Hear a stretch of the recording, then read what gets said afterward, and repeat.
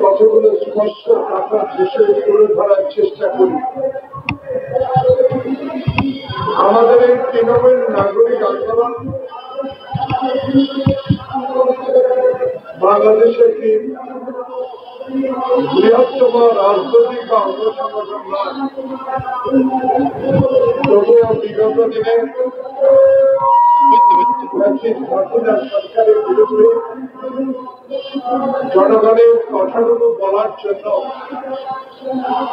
প্রতিনিয়তই আপনাদের মধ্য দিয়ে জনগণের কাছে প্রকাশ করার চেষ্টা করে থাকেন মফিজুর রহমান লিটন সহ তার সহযোদ্ধাবৃন্দ। পবিত্র মাহে রমজানে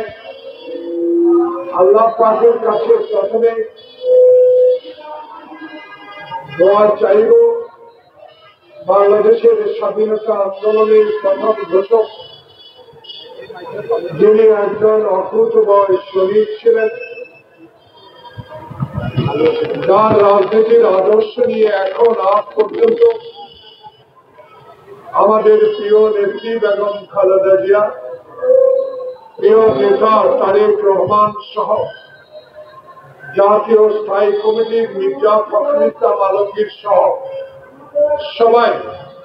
16টি বছর বাংলাদেশের গণতান্ত্রিক অধিকার পুনরুদ্ধারের সংগ্রাম করে যাচ্ছে। আজকে তাই আমার পাশে যারা দাবি দাওয়া নিয়ে মাইক বাজাচ্ছেন, আমি আপনাদের কথা বলবো, দয়া করে 10টি মিনিট আমাদেরকে একটু সুযোগ দিলে আমরা আপনাদের কাছে কৃতজ্ঞ থাকবো। প্রিয় বন্ধুগণ, যে নামগুলো আমি উচ্চারণ করেছি, এই নামগুলো বাংলাদেশের রাজনীতিতে একজন গণতান্ত্রিক সৈনিক, যারা বিগত দিনে মির্জা ফখরুল ইসলাম আলমগীরের মতো একজন বলিষ্ঠ নেতৃত্ব দানকারী নেতা, যার রাজনীতিতে কোনো কলঙ্ক নাই, যিনি ছাত্র জীবন থেকে দেশের মানুষের সেবা করার জন্য ছাত্র রাজনীতি শুরু করেছেন, শিক্ষকতা করেছেন, একজন মন্ত্রীর ব্যক্তিগত সচিব হিসেবে দায়িত্ব পালন করেছেন, শেষ তক বাংলাদেশের জিয়ার আদর্শের প্রতি সম্মান জানিয়ে উনি বাংলাদেশ সরকারের মন্ত্রিত্ব পেয়েছিলেন দেশনেত্রী বেগম খালেদা জিয়ার আমলে। সেই নেতা আজকে বাংলাদেশের বৃহত্তম একটি রাজনৈতিক দল জাতীয়তাবাদী দলের সংগ্রামী মহাসচিব, কতবার কত সময় এই লোকটিকে অপমান করা হয়েছে।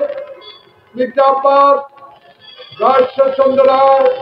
ডক্টর মোশাররফ হোসেন, ডক্টর মঈন খান, নজরুল ইসলাম খান, সেলিমা রহমান, যারাই এই বাংলাদেশে হাসিনার বিরুদ্ধে কথা বলার চেষ্টা করেছিলেন, তাদেরকে নাজেহাল করেছে হাসিনার পালিত বাহিনী, হাসিনার পালিত পুলিশ বাহিনী। বিনা কারণে, বিনা ওয়ারেন্টে, বিনা মামলায় ঘর থেকে গ্রেফতার করেছিলেন। আজকে যারা ওই সকল কাজে প্রেতাত্মা ছিলেন, যারা ওই সকল অগণতান্ত্রিক কাজ করেছিলেন, ডক্টর প্রফেসর মোহাম্মদ ইউনূস আপনার মতো একজন গুণীজন ব্যক্তির আমলও এখনো তারা আপনার চারিপাশে আপনার সরকারে বসে আছে, যারা আপনাকে অস্থিতিশীল করে তোলার হীন প্রচেষ্টা চালিয়ে যাচ্ছে। তারই মধ্যে আজকে